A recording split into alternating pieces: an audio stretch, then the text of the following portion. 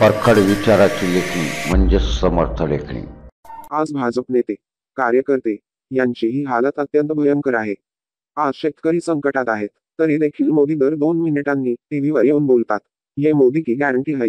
आपण देखील ही जाहिरात बघितली असाल, ज्यात एक पोरगं म्हणतं, मेरी माँ को ताकद कौन देता है, म्हणजे आईला ताकद कोण देत, आणि लगेच उत्तर येत मोदीजी, आणि टॅगलाईन येते, ये मोदी की गॅरंटी है। लाईट, पाणी, रोजगार, कर्ज, वडिलांचे हात बळकट, हे सर्व मोदींनी केले। या अगोदर असलेल्या सरकारांनी हे केले नाही, हे आपल्याला सांगितले जात आहे।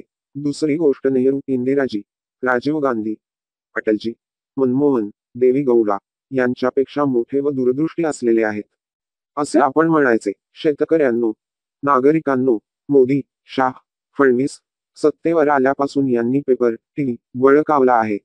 सोबतच आमच्या मनात प्रश्न येतो, तो म्हणजे हे पेपरवाले, टीव्हीवाले फुकट जाहिरात देत असतील का? कोठून आणला हा जाहिरातीसाठी पैसा?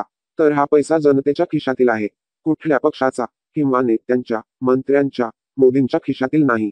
शेतकऱ्यांनी, नागरिकांनी, मतदारांनी आता विचार केलाच पाहिजे की यांना का मत द्यावी, का देऊ नयेत। आमदार, खासदार, मंत्री, हेत अधिकारी यांना मान सन्मान दिला पाहिजे, असे गुरुजींनी मलाही शिकवले आहे।